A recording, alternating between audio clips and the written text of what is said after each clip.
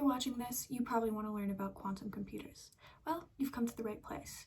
Or click the right video. Either way, let's get into it. To understand how quantum computers work, we need to understand how classical computers work. Things like your PC or your laptop. Classical computers take an input of ones and zeros and transform them into some sort of output of ones and zeros. They do this using logic gates. There are many different types of logic gates, like the NOT gate, which takes a 1 or a 0, called a bit, and inverts it. So if you put a 0 in, you get a 1 out. By combining different types of gates, your computer can do anything a computer can do, like playing this video. Alright, that's a pretty basic rundown of how classical computers work, so let's start talking about quantum computers.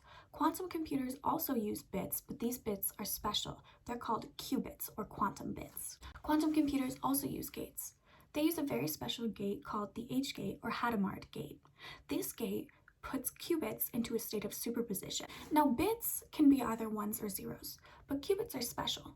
When they're put into a state of superposition, they can be a 0 and a 1 at the same time.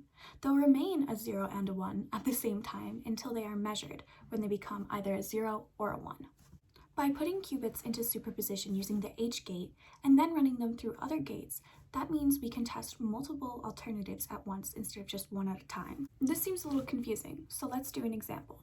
Let's say you're robbing a bank and you know the bank has 2 vaults. One vault contains 2 fake gold bars and the other contains 1 real gold bar and 1 fake gold bar. No one knows which vault contains the real bar and which has both fakes, but in each vault, both bars are marked with either a black ball or a white ball. There's also a device in the vault that can tell you if the vault contains all the fake bars or the real and the fake bar. This device is called Archimedes, and it's a box that you put a control ball in and a target ball into.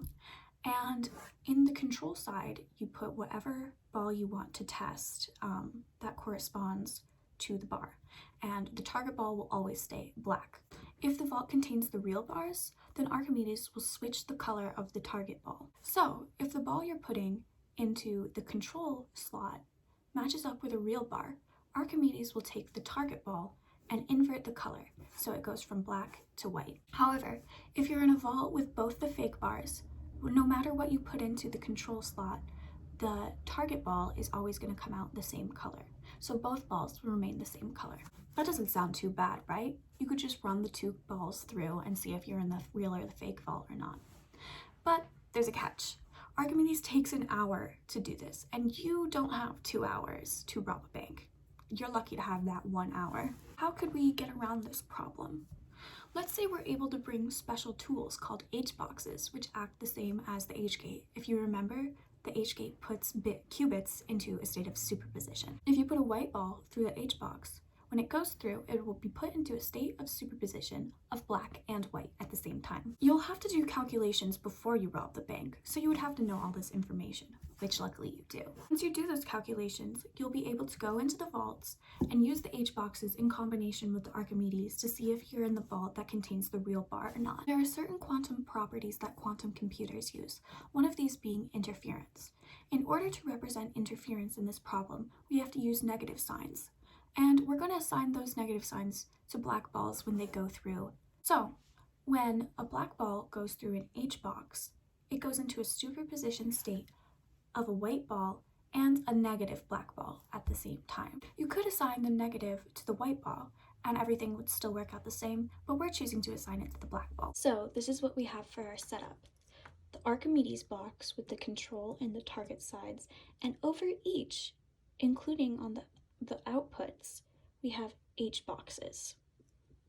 Here are the gold bars marked with a white ball or a black ball, and I've also labeled 1, 2, and 3 to show you when I write out calculations what stage each is in. So this is the first stage of H boxes, this is the Archimedes, and this is the second stage of H boxes, aka the third set. In doing this calculation, you would also have to determine beforehand which ball you want to represent a real bar.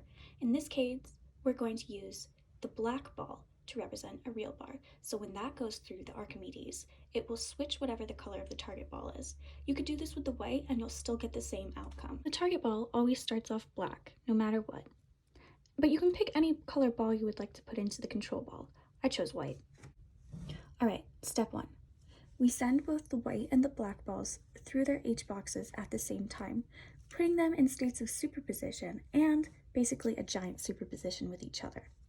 So the white ball goes through and gets put into a superposition of white and black, and the black ball goes through and gets put into a superposition of white and negative black. And because the commas represent the different superposition states, but there's no comma in between this. And that means we kind of like multiply them through.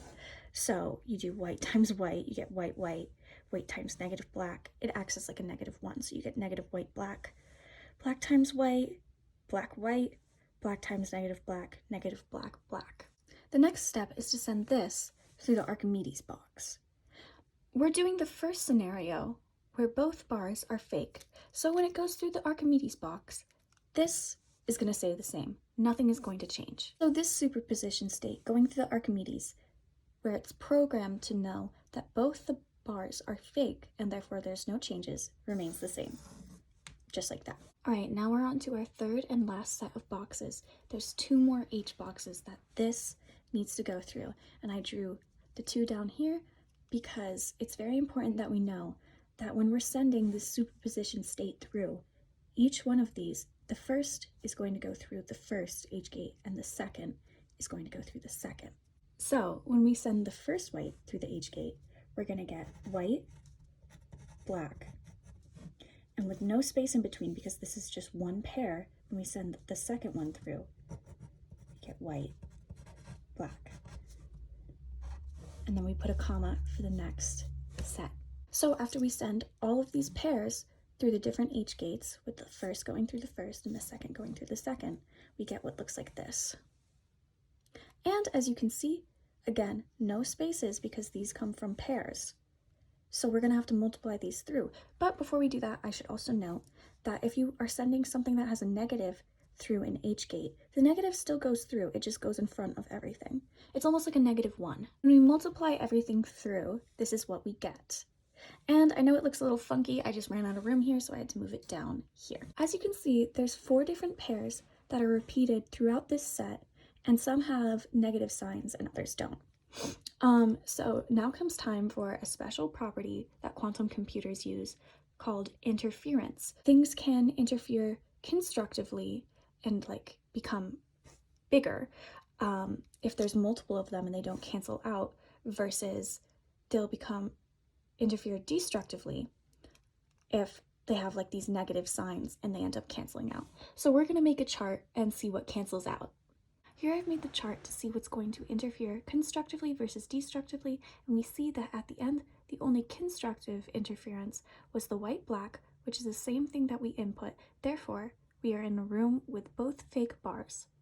The process for testing the real bar and the fake bar is basically the same, except that when we're sending this through the Archimedes, we know that if there's a black ball going through the control, it's going to switch the target ball.